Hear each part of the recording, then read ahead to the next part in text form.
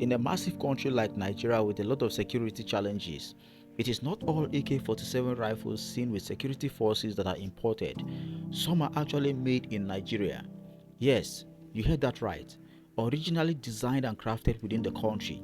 From light arms to armored tanks, these weapons are more than just reliable. They represent a new chapter in Nigeria's defense strategy. They stand as a proof that local innovation and engineering can meet critical national needs.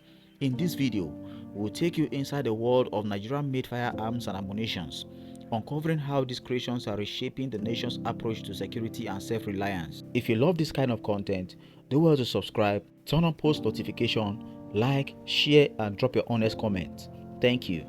Amongst Nigeria's attempt at producing firearms, one of the most well-known is the OBJ-006 rifle. This weapon is essentially a copy of the famous AK-47, which was first designed in 1946 by the Soviet officer Mikhail Kalashnikov.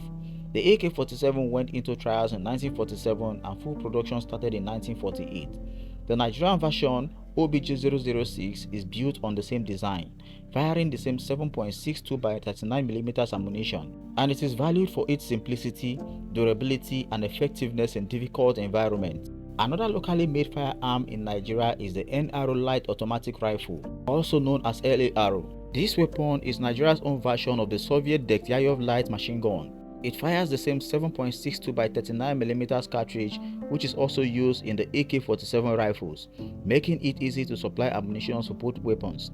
The NRO LARO is designed to provide continuous automatic fire, giving infantry units greater firepower during combat. Also, the PMS-12 submachine gun is another weapon made in Nigeria. It is based on the Italian Beretta Model 12, which was first introduced in the 1960s. The Nigerian PMS-12 uses the 9x19mm Parabellum cartridge, which is the same type of bullet used in many pistols and submachine guns around the world. Because it is small, light, and easy to handle, the PMS-12 is particularly useful for close-range fighting, especially in urban environments or during special police operations. Nigeria also created its own version of the FNFAL, a rifle originally designed in Belgium by Dieudonné Salve and Ernest Valva. This rifle became famous during the Cold War and was nicknamed the right arm of the free world because it was widely used by many Western nations. Nigeria's version is called the Nigerian Rifle 1 model 7.62mm, and like the original FNFAL, it fires the 7.62 by 51mm NATO cartridge, making it powerful and effective at long ranges. There is also the Nigerian Pistol 1, also known as NP1. This is a locally designed handgun, although not much detailed information is available about it. Still, its existence shows that Nigeria has made effort to produce pistols for the military and police rather than always importing them. In recent years, Nigeria has planned to start producing the Beryl M762 assault rifle. This is an export version of Poland's Beryl WZ-96C rifle, which has been adapted to use the 7.62 by 39mm round, the same as the AK-47. The Nigerian version will be able to use the standard AK-47 magazines, have modern rails for attaching scopes and sights, and come with different firing models such as semi-automatic, 3-round burst, and fully automatic fire. If fully produced in Nigeria, this rifle will bring the country closer to international standards of modern infantry weapons. Nigeria has also created a local version of the General Purpose Machine Gun, or GPMG.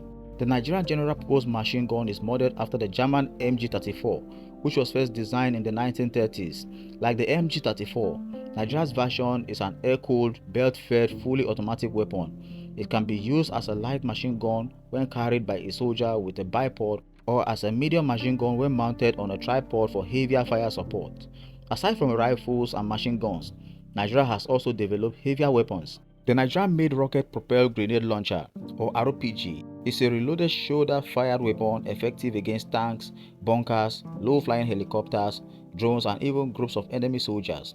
The locally made M36 hand grenade is also a fragmentation grenade that explodes into deadly metal fragments, making it very dangerous in close-range combat. Nigeria also manufactures 81mm mortars, a medium mortar that is muzzle-loaded and used for indirect fire support. This mortar is highly effective because it can strike enemy positions that are hidden behind obstacles, and it is light enough to be carried by airborne and amphibious units. Finally, Nigeria produces different types of ammunition to support these weapons. This includes the 7.62 by 51mm soft-core bore cartridge, which is a standard NATO rifle round, the 7.62 by 51 blank cartridge used for training exercises, and 9mm blank style for pistols and submachine guns for training. Nigeria's journey into weapons design and development is still at a very early stage. The foundation of this industry was built with foreign assistance. These foreign partners gave Nigeria the technical expertise to begin experimenting with making its own military equipment. Today, the Defense Industries Corporation of Nigeria, popularly known as DICON, runs at least 2 weapon production factories located outside of Abuja, the capital city of Nigeria. DICON is Nigeria's first main defense production company. According to its official record, it was formally established in 1964 through an act of parliament. To get the work started, the Nigerian government engaged the German company Frieswener to provide the machinery, technology, and skilled workers needed to set up the ordnance factory in Kaduna. That factory became the first real foundation of Nigeria's arms production efforts, focusing on small arms and ammunition. In 2004, DICON reached an important milestone when it produced Nigeria's first prototype medium-range weapons. This included a 60mm mortar, an 81mm mortar, and the RPG-7 rocket-propelled grenade launcher. These prototypes were not just designed on paper, they were actually built and successfully tested. The test firing took place at the Kachia range in Kaduna State and was witnessed by the then President of Nigeria, Chief Olusegun Obasanjo, who attended the event in person. This was a proud moment for the Nigerian defense industry, as it showed that the country had the technical capacity, even if limited, to produce weapons locally. Over the years, DICON has worked hard to improve its knowledge by partnering with foreign defense companies. One of its most important partnerships has been the Poly Technologies of China, which is a major supplier of military equipment across the world. In March 2018, DICON also signed a letter of intent with the Polish armament group known as PGZ to begin production of Beryl M762 assault rifle in Nigeria.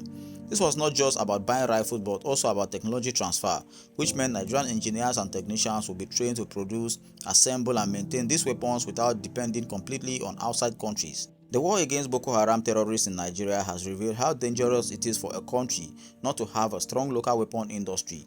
In the northeast, where the war against insurgents has been most intense, the Nigerian army has learned many bitter lessons. According to the army itself, this experience has shaped its reforms process and highlighted the urgent need to strengthen Nigeria's ability to produce its own military equipment. Unfortunately, the lack of a strong local defense industry has often left the military struggling. One of the most embarrassing incidents occurred during the administration of former President Goodluck Jonathan, when millions of dollars in cash were secretly sent abroad to purchase arms from the international black market. The deal went wrong when South African authorities seized the money. This incident caused global embarrassment, outrage among Nigerians at home, and harsh criticism of the government for failing to create a reliable defense production system. Because of these failures, the Nigerian government took a proactive step by building its own military industry. The government could not afford to depend completely on other countries for weapons, especially during emergencies. To succeed, Nigeria created strong collaboration between defense industry and universities, making use of academic research to develop new technologies. Currently, the arms industry is one of the fastest developing and most innovative sectors in the world, and Nigeria has tapped into this industry by producing self-reliant military hardware. Nigeria must also keep up, at least in the production of small arms and light weapons for its internal security operations.